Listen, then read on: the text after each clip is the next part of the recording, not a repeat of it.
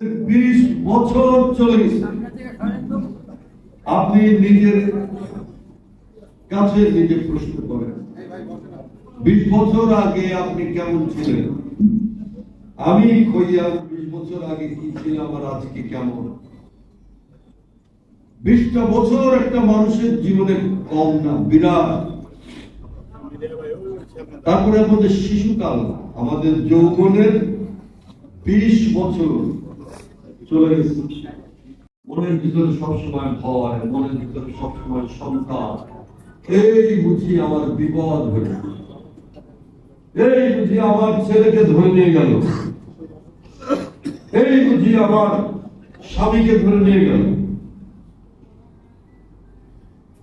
শত শত আমাদের নেতা কর্মীরা কারাগারে গেছে, সিনিয়র থেকে শুরু করে গ্রামে চা বিক্রি করে একে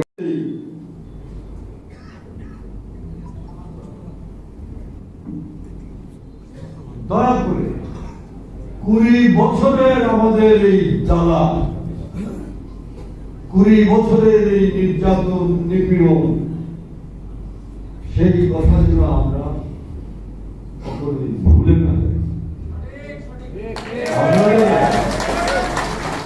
সেটা আমাদের মাথায় রাখি।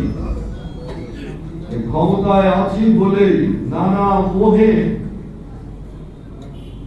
নানা রকম ক্ষমতার আনন্দে আমরা যেন আমাদের এই 20 বছরের যন্ত্রণাকে আমরা ভুলে না যাই। এখন এই ক্যামেরা আমাদের এই রাজবাড়ির যে উর্বর ভূমি, রাজবাড়ির যে আমাদের একটা বিস্তীর্ণ জায়গায় আমাদের যে ব্যাপক প্রভাব,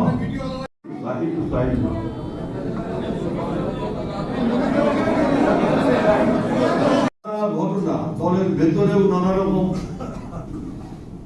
দুষ্ট লোকের কারণে আমাদেরকে একটা বিরাট প্রতিকূলতা মোকাবিলা করতে হবে।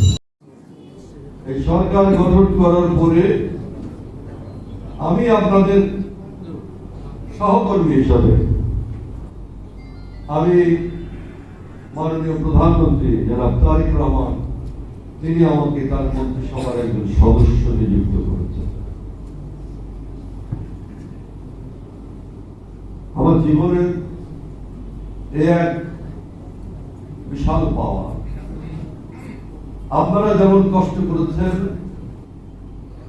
20 বছর বিশ্বাস করেন আমি ভেতরে ভেতরে কি জ্বালা যন্ত্রণা অনুভব করেছি।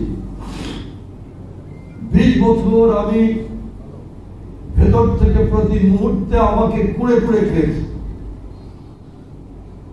আপনারা জানেন এই শহরে আমাদের জন্ম, এই শহরে আমাদের বড়